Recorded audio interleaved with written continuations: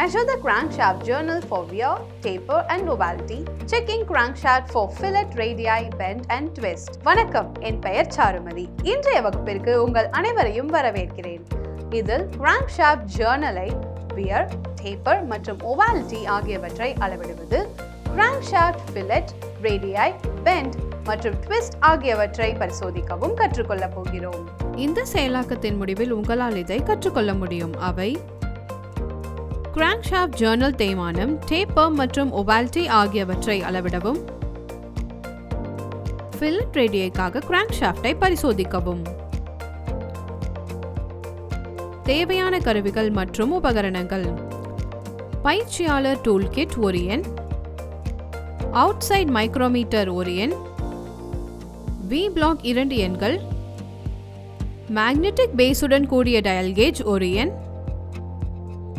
தேவையான பொருள்கள்: ட்ரே ஒரு எண், காட்டன் துணி, மண்ணெண்ணெய், சோப் ஆயில், லூப் ஆயில்.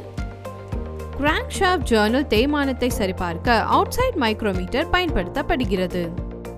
ஜர்னல்களை சுற்றிலும் மற்றும் அதை ஒட்டி கூறுகளுக்காகவோ அல்லது சுற்றுக்கு வெளியே உள்ளதா என சரிபார்க்கவும். ஜர்னல்கள் முனைகளில் அல்லது நடுவில் தேய்கின்றன. 2 அல்லது அதற்கு மேற்பட்ட வெவ்வேறு புள்ளிகளில் வட்டத்தன்மையை சரிபார்க்கவும். அவைகள் பொதுவாக TDC டாப் டெட் சென்டரில் அதிகம் தேயும்.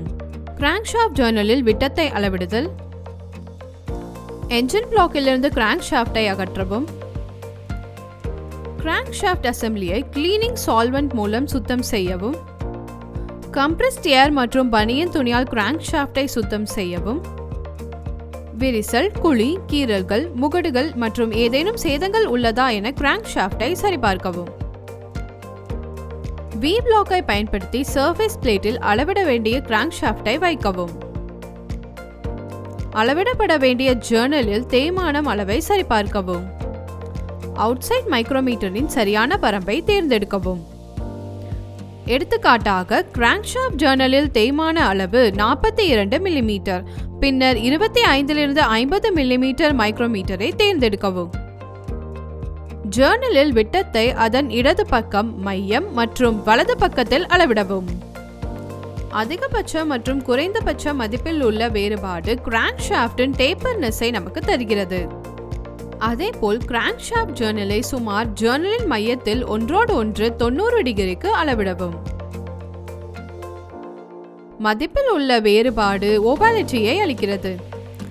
டேப்பர் மற்றும் ovality கொடுக்கப்பட்டுள்ள வரம்பை விட அதிகமாக இருந்தால் crankshaft குறைவாக இருப்பதற்காக ரீகிரவுண்ட் செய்யப்பட வேண்டும். Crankshaft மெயின் ஜர்னல் மற்றும் பேரிங் ஷெல் இடையே ஆயில் கிளியரன்ஸை அளவிடவும். கிராங்க்ஷாஃப்ட் இல்லாமல் என்ஜின் பிளாக்கில் பேரிங் கேப்களை நிறுவவும்.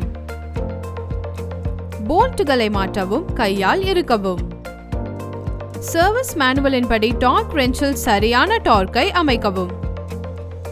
எடுத்துக்காட்டாக 4 சிலிண்டர் என்ஜின்களுக்கு டைட்டனிங் டார்க் 55 நியூட்டன் மீட்டர். சரியான டார்க் மூலம் போல்ட்டுகளை இறுக்குங்கள். டயல் கேஜ் 00-ஐ பயன்படுத்தி கிராங்க்ஷாஃப்ட் பேரிங் விட்டத்தை அளவிடவும் மற்றும் நீடிப்பு 3 புள்ளிகளில் A, B மற்றும் C அளவிடவும். மேலும் B மற்றும் C இன் சராசரி மதிப்பு A இன் மதிப்பை விட குறைவாக இருந்தால் B மற்றும் C இன் சராசரி மதிப்பு சராசரி மதிப்பாகும். அதுவே A இன் மதிப்பை விட அதிகமாக இருந்தால் A இன் மதிப்பு சராசரி மதிப்பாகும்.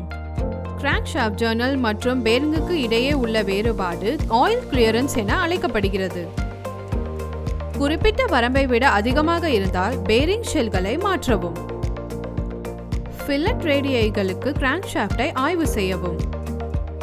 சர்ஃபேஸ் டேபிளில் 2 வி பிளாக்குகளை வைக்கவும்.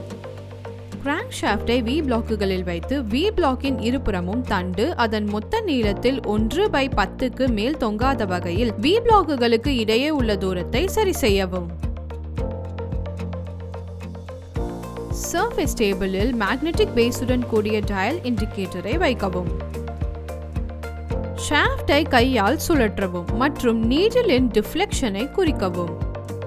இது மையத்தில் ஷாஃப்டின் வளைவை கொடுக்கும்.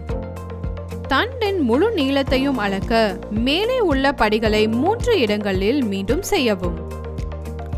மெயின் மற்றும் கனெக்டிங் ராட் ஜர்னல்களின் ஃபில்லட் ரேடியை சரிபார்க்கவும்.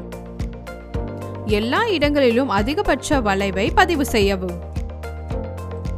அமர்வின் முடிவுக்கு வந்துவிட்டோம். எனவே கிராங்க்ஷாஃப்ட் ஜர்னல் தேய்மானம், டேப்பர் மற்றும் ஒவாலிட்டி ஆகியவற்றை அளவிடவும், கிராங்க்ஷாஃப்டை ஃபில்லட் ரேடியைக்காக பரிசோதிக்கவும் கற்றுக்கொண்டோம். இதில் உங்களுக்கு தெளிவான புரிதல் இருக்கும் என்று நான் நம்புகிறேன். இந்த பயிற்சியை உங்கள் பயிற்றுவிப்பாளரின் உதவியுடன் செய்யுங்கள். நன்றி.